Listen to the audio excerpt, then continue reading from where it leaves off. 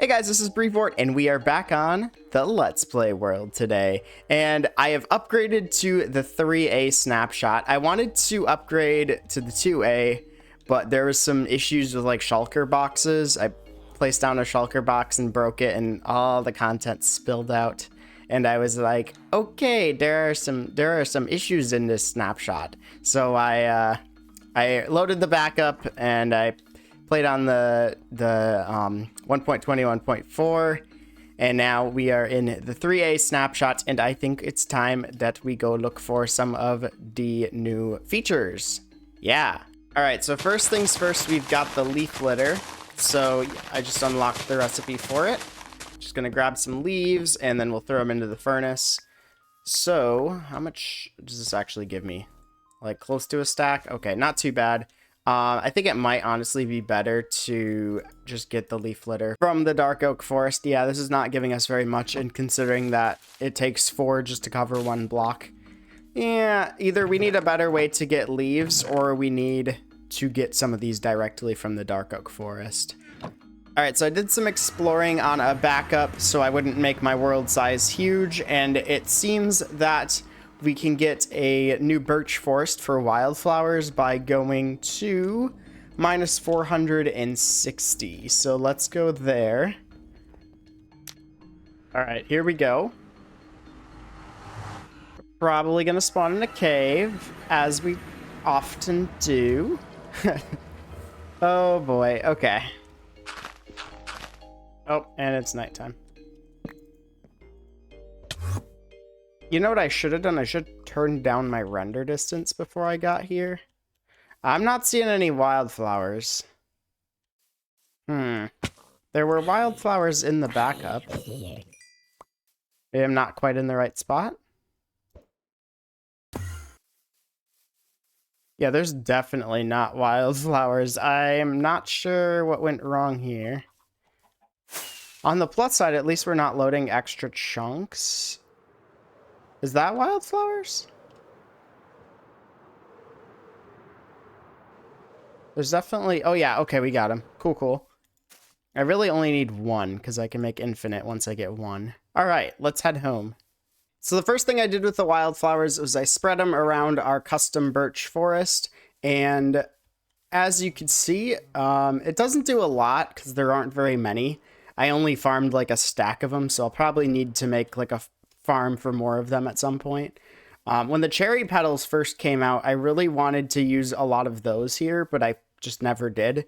So them adding the wildflowers to the birch forest might have been the push I needed to actually do to add something else to this. But I think it looks decent for what I did use.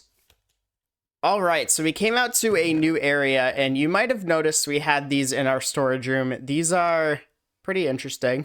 We've got some numbered shulker boxes with enchanted books in them. So we have like 0xx all purpose. So what we're going to be doing, if you notice this, very good if you did notice it. If not, no worries. I don't know if I've shown this in a video or not, but basically we're going to be making the Dewey Decimal System in Minecraft, except we're going to be taking our own liberties with it. So instead of it being for different nonfiction books, it's instead for different enchanted books. So the easiest way to divide them is we have all-purpose, we have tools, we have melee combat, ranged combat, and armor. And that covers basically every enchanted book in the game. So this is stuff that can be applied to any. The only one that was tricky was fishing rods, which I put under ranged combat. I don't actually see any in here, but they are, if there were any, they'd be in there. So we're going to be building a library here, and we have a couple of goals with this library. For example, I want to be able to put in into like a barrel, it says, like the barrel says like fortune, and I can throw this fortune 2 book in, and then it will automatically go into the system. And then, for example, I also want to be able to hit a button and the Fortune 3 book come back to me, even though this is a Fortune 2. That shouldn't be in there. Whoopsies. I want to be able to request max level books as well. So So I think what we want to do is have a different floor for each of these. So maybe we do like 1 underground and then like 3 up.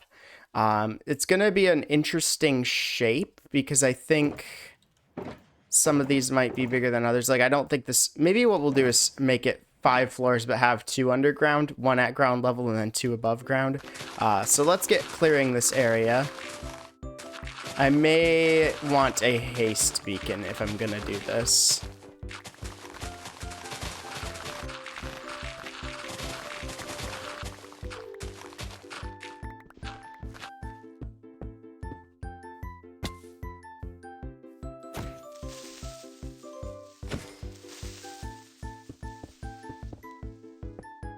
Oh my gosh, bridging is slow in this snapshot. Jeez.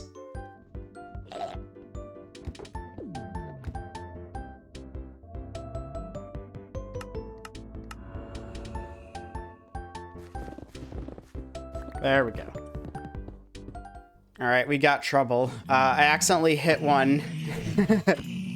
And oh, snap. Okay.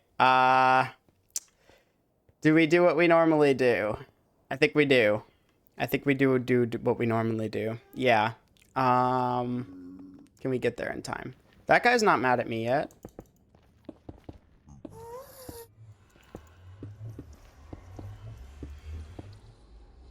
Okay, I think we're safe. I'm just gonna... I know chicken jockeys are still trouble because I don't think they... Oh, they should go through the portal. Alright, this is also spawn chunks, so they should just, like, immediately despawn when they get there. Oh, boy. Ah! Boy, their attack distance is so big now. Oh, no, they're still angry. They're still angry. Oh, I thought they'd be gone by now. Jeez. Should I go to the nether roof to despawn them? That might be a good idea. At the very least, let's go to the, like, the main nether. I'm scared to even go through this portal.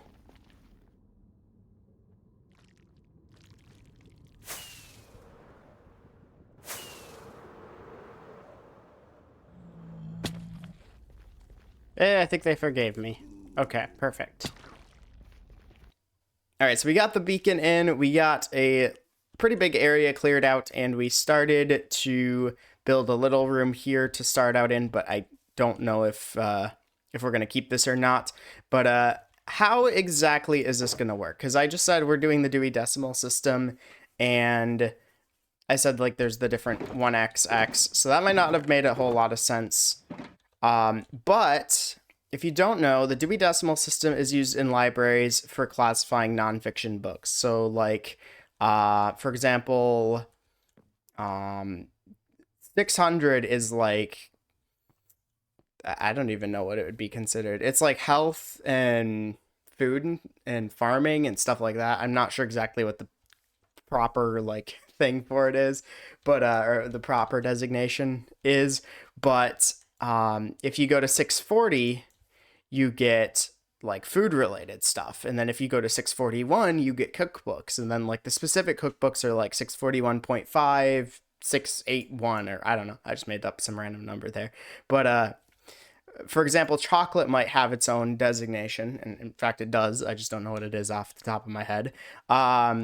So basically they're able to designate a really specific thing with just a set of numbers. And sometimes, let's say, this doesn't really happen with food or anything like that, but let's say they make a new... I don't know. I'm trying to think of something that's both not offensive and actually reasonable. But let's say they made a new, like some country split apart into 2 new countries. They can just add another digit onto the end, and then they have the designation for that new country now for books about that new country. So it's kind of like the coastline paradox. So, for example, this peninsula right here is a peninsula in and of itself, but it's got this little peninsula off it, and then it's got that little peninsula off it. And if we go even further, let me just on Elytra. There we go. You might consider these specific blocks all their own little peninsulas off of it. So you could get really specific. This is the coastline paradox, because a coastline might just be, in real life, this also happens. You have like what seems to be a smooth coastline. If you look at it more closely, then it has like all these little indentations and what are they called? I can't think of, inlets, and spots where the water goes in further, spots where it goes, where the land goes out further and in further. So with that, you're able to basically have an unlimited amount of detail as long as you keep adding digits. And the same thing is true for the Dewey Decimal System. You're able to have an unlimited amount of books stored in, and theoretically you could have each of them be their own unique number, which in real life would be crazy. I mean, it does exist, but it's not the same. That would be the ISBN number, but that's not the same thing. But we can also do that with enchanted books in Minecraft way easier, because there's only a few of them compared to the amount of real life books, which is insane. So the way we're doing this, as we already saw, we have the 0xx is the type. So like whether it's a tool, like a mining tool, or a ranged weapon, or a piece of armor. Then we have the specific tool. So instead of just saying armor, it'd be like boots. Then we have mutually exclusive set. So most enchantments don't have a mutually exclusive set, but lots of them do, like protection.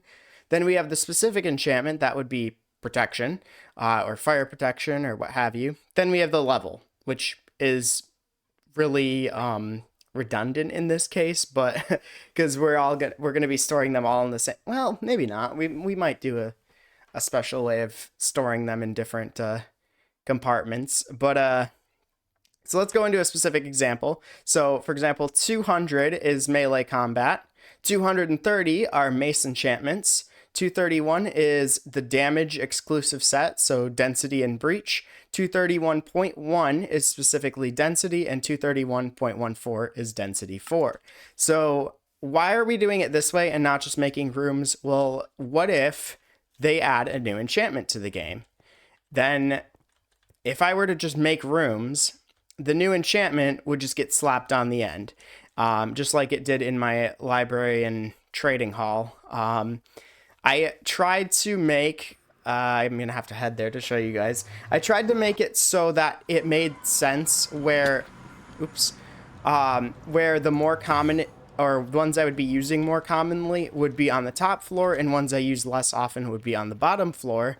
However, every time they add a new enchantment, there's no room left on the top floor, and at this point, there's really no room on the bottom floor either. This is the wrong portal. So I'm lost in my own nether tunnels. So density and breach are a great example because, and wind burst. I almost said wind swept or something else. I don't know.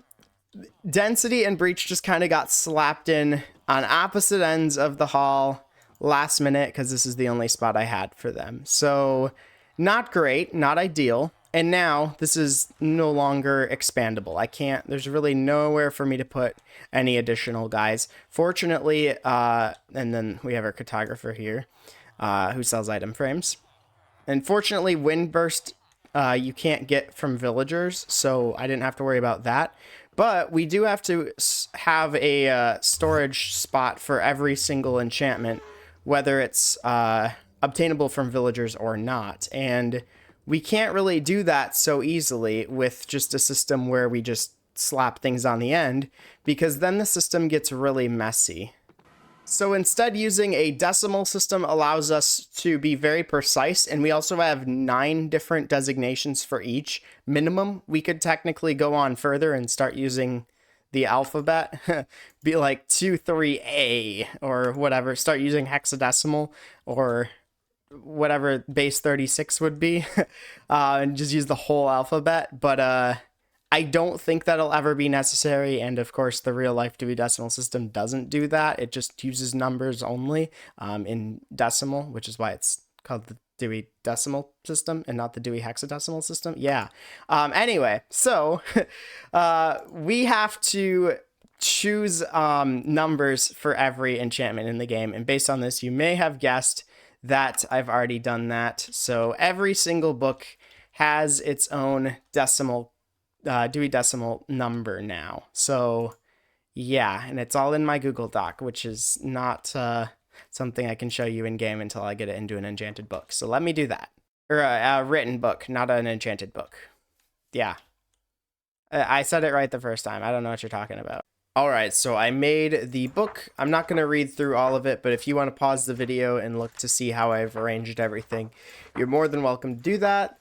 So yeah, it's 15 pages long, and it's not only a guide to like how they're going to be organized, but also like the location of them. So the first digit is what floor it's on. So this is floor 2. There's going to be 2 floors above and 2 floors below. And we'll have some kind of elevator thing to move us between the floors. And then each hallway, I think that's going to be like the 200 hallway, and then this is like 210 plus. So there's nothing in that hallway. So we'll probably just put something extra over there. Maybe like the entrance to the building or something. I don't know yet. And then after that, each digit is going to be like a turn in the hallway. So we've got 211.1. So like this is the 200, and then this is 210, and then this is 211, and then this would be 211.1. And basically left turns are going to be odd numbers and right turns are going to be even numbers, so that we could keep track of it well. I'm not sure I love the raised carpet. I kind of tried soul sand to see if I liked going fast. Honestly, the raised carpet isn't bad here. It's more this room where it looks weird. So maybe I'll just replace the floor with regular wool. I definitely want to do carpet though, or some kind of like wool, because it's a dyeable block. And I think it'd look a lot more appropriate with the theme than like concrete or terracotta. So, so yeah, this room here is going to be sweeping edge. So there's 3 cases up here. We could do like 1, 2, and 3. But honestly, I think we might just have, for one, we could do like, it's got to be somewhere we can access it. But somewhere there needs to be a barrel that is going to fill up with sweeping edge. Like when because we want to have a system where we can dump the items and tell it which items we're giving it. I think what would be really cool is if we were able to enter the code in via a chiseled bookshelf, and then changing which book you last interacted with tells it where it's supposed to go. So like say if you entered 211.1, you could get sweeping edge, you know, that type of thing. And none of the numbers go above 6 yet. Oh wait, there's a couple that are 9. The curses are 9, and then I also did fishing rods as 9 because they don't really fit in with the ranged weapons thing. I mean, they're in that similar ballpark, but it's not exact. So yeah. Also, I got this here. I want to see if anyone can figure out how to do this. It is a lantern hanging from a carpet, but the carpet is supported by the lantern. How is that possible? Because if you just place down a lantern normally, if you try to break the block beneath it, it doesn't change where or like how it's being supported. It will just pop off. So I want to see if anyone in the comments can figure out how I got it like this. So let me know if you have an idea of how. Even if you're wrong, it's okay. Just leave your guess down below and we'll see if anyone gets it right. All right, so we got a ton done on this place. I switched out the floor. Instead of soul soil, I switched it to blue carpet. The soul soil was wearing off too much durability on my boots, and I didn't like that, so sprint jumping on the carpet is a little bit faster. I don't think than the soul soil, but it is faster than just walking. I might just switch it with a speed beacon, though, if that's faster. I do need to do some tests to see what's the fastest way to get around in this place, but I'm liking this. So another thing I want to do is build a bit of an arch here. I do want to finish this up pretty quickly though, because it is 10 p.m. and I have places to be tomorrow. This is really slow now. The new Snapshot is out. I was supposed to have this video out like 2 weeks ago, but I have been extremely busy. And the thing is, I do work evenings, so in real life, lots of times I will have like nights open to work on things. But then when it comes to weekends, I want to like do videos at night, and then I can't, because if I were to do a video at night, I'll be up really late working on it, and then it's like, oh, I went to bed too late, now I got to get up at like 7 a.m. and you know how that is. And I do actually work in a library in real life, and I don't know how interesting this is to any of you guys, but one of the questions I get asked most often when I tell people that I do work in a library is, do you use the Dewey Decimal System? And the answer is yes, but not in the way that you'd probably think. Like, I don't need to know what 600 actually means. By the way, I looked it up. 600 is technology, actually. And 640 is like home things. Some other examples of technology would be like 610 is like medicine and health. 690 is like building codes.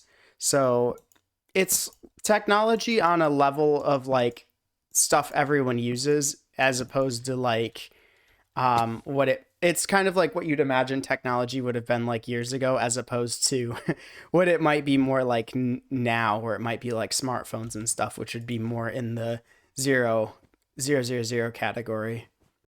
So when I'm using it, it's mostly in terms of just knowing where to find materials and where to shelve them, as opposed to being actually having to know what the numbers symbolize, because I just have to like help people find stuff or help put stuff away sometimes. So it's I do use it, but not in the way that a lot of people think. But I love the idea of bringing real life systems into Minecraft, like having different counties in my world where there's a little outpost at each one of them, which, by the way, we do need to work on that project. Or having like a library that's based around the Dewey Decimal System in organizing enchanted books. Also, do let me know your feedback on the spilled palette. I'm not sure about the stone bricks. I really like it, but I wasn't originally planning on having stone bricks in it. Also, I don't feel like I use stone bricks enough nowadays. Like, I feel like it's outdated now that like deep slate and tough bricks are out. But it also looks really good still. I thought you guys might want to see this from above too. It's huge. I really like how it's looking so far, and this is the inside viewed from the outside, so it always looks a bit strange. I know I've mentioned that before on Metacraft. But yeah, I do really like how this is coming along so far. And another thing I have is at the end of each of the hallways, we have a button, and these are going to be hooked up to an ender pearl stasis chamber, which will take us back to the starting room. So like one of these 3 rooms, if there's a room here, maybe it'll be that room. I'm worried that this will interfere with this, so I might need to move that hallway. But it'll take me back to one of these start rooms. Just so I could quickly get around, because one thing I've always dreamed of at work is when I get to the very far end of the library, I can just hit a button and be back in the main office area all the way on the other side, because it'd be so much easier than having to walk all the way back. However, this change I don't really like that they've made is ender pearls will now chunk load a 3x3 around them. So I want to make sure that if I have an ender pearl stasis chamber, it's in the same spot on each floor. So like, for example, if I have one in this chunk, it'll load this chunk, this chunk, this chunk, this chunk, all the way around in a 3x3 around me, which is a lot of extra chunks that'll be loaded. And right now, if we look, we have 40,344 sections. That's a 16 by 16 by 16 area. So if you divide that by 16, that's about 2,000 chunks. So 9 extra chunks loaded isn't a huge impact on that. But if we do start spamming Ender Pearl chambers everywhere around the world, then that would be a lot of extra chunks loaded and a lot of extra lag. So I don't want to put in too many more Ender Pearl stasis chambers. However, just one won't be too big of a deal. So today's comment of the day says, "It seems like YouTube hates you. Perhaps try something to come back into the algorithm." Yes, it does seem that YouTube hates me lately, especially on videos that you'd expect to get way more views. They're getting not very many. It's come and gone lately. Right now it's in a period of going. And the only reason I bring this comment up is because this is the second comment I've gotten like this in the last 3 weeks. I definitely think I could do something differently. So my question for you guys is, what would your suggestions be on how to climb back into the algorithm? Because I'm not entirely sure, and I am open to suggestions on what I should be doing differently.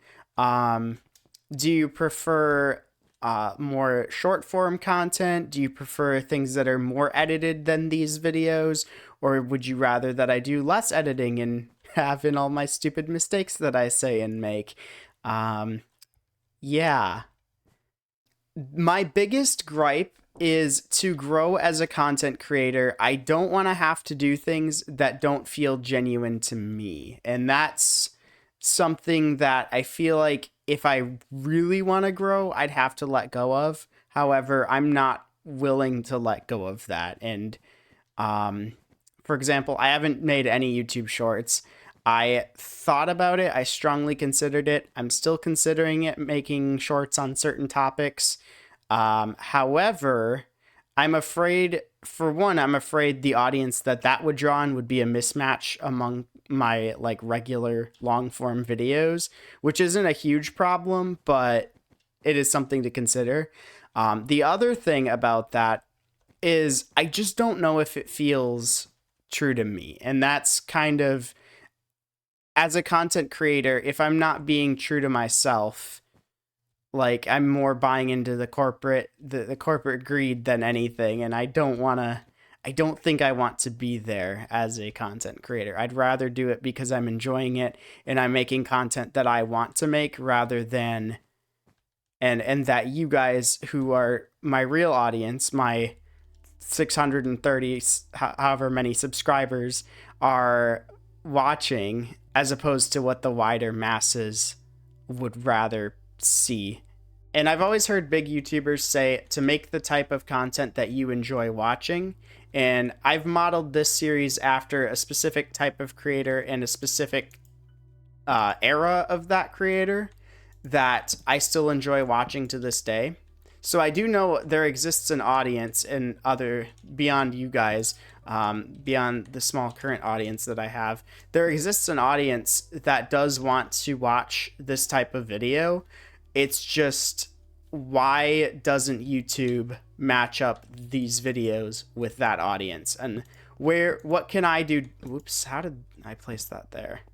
I guess I hit the bottom half of the top part of the stair, or the bottom face of the top half of the stair. But anyway, what can I do differently to aid and assist YouTube in matching up the audience with this type of video? What made you click on this video? Anyways, guys, that is about it for this one. I hope you enjoyed the video. Have yourselves an amazing day, and goodbye.